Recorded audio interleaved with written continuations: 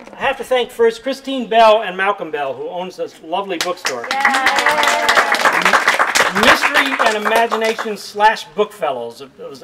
The Bookfellows end is sort of literary fiction and mystery and imagination. I think you can figure that out.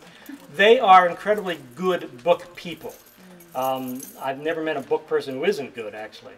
And this store has just been named the best specialty bookstore in Los Angeles by LA Weekly for 2011.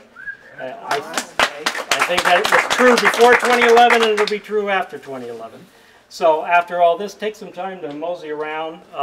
If you are looking for anything in mystery, science fiction, collector's editions, literary fiction, biography, you can call them up. They can find it for you, and it's just a good place to browse. And Glendale's a great place to hang out. So there you are. I also need to thank my publisher, Dave Doody, back there. Blue Roof Press. Yeah, and I'm going to take this opportunity. Uh-oh. I didn't hug you when I came in. Oh. We hug a lot. So, hello. And it's been such a pleasure working with Stephen. Just really, really nice. You're stealing my lines. Okay. It has been, we went on this journey a little after the first of the year we started, when Dave said, I want to publish the book. And I told him after a while, I said, we're like two boys putting on a show. We worked very hard trying to create the best product we could, not just obviously in what I've written, but in the book itself and what's been done with it for this kind of publication. And one of the wonderful things I'm thrilled about is that Dave allowed me to have interior illustrations, such as this one here. We have 3 of those, all by a gentleman who was supposed to be here, Todd Cronin, who also did the wonderful cover. Todd is in Arizona, lives in Arizona, and he was kind of stuck with a work situation, so he couldn't make it out. There are some books that for purchase down there that he autographed a couple of weeks ago when he was here with us. But he's very sorry. He did try to pretend he was an illegal and hoped they would kick him out, but they didn't buy it.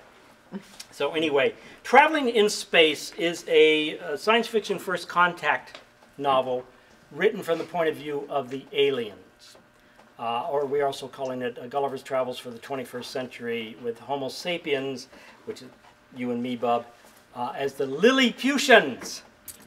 I emphasize that because they caught me. I used to call them the Littleputians. Seems logical. They're little and they're Putians, I guess. So I never thought. Lilliputians, Dave is a perfectionist, which is one reason why it's been a joy getting this book out. So anyway, because they are aliens and it's from the point of view, I want to give you a quick primer on these aliens, if I may. One, as we call ourselves mankind, humankind, man, people, whatever, and of course Homo sapiens or Homo sapiens, if you're English, they call themselves life. That's how they designate that we're life.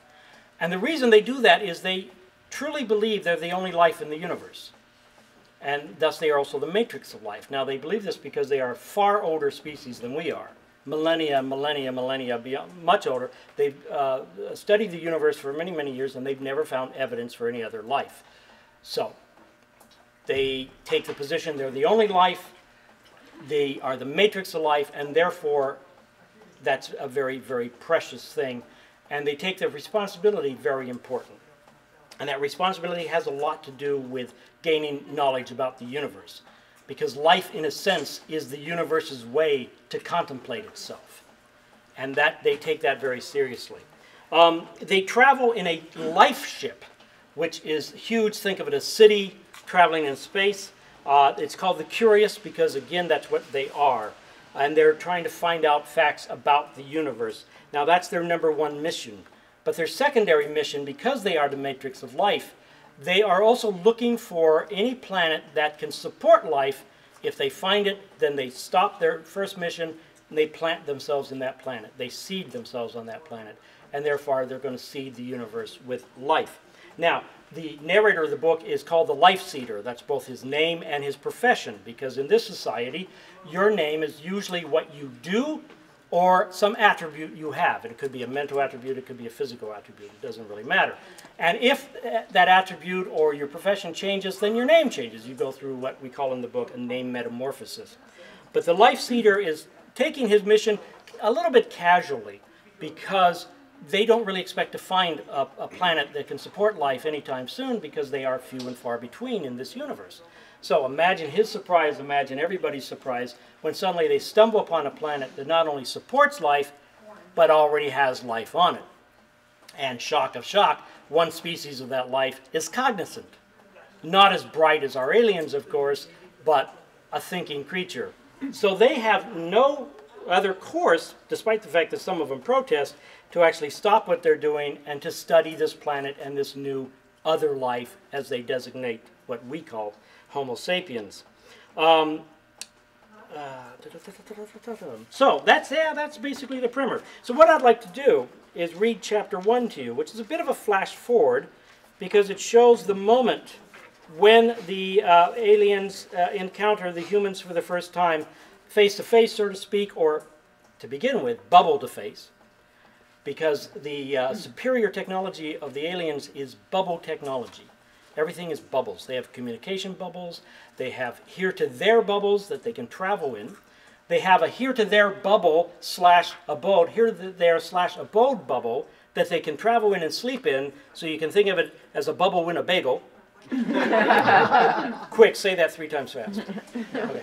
Bubble Winnebago.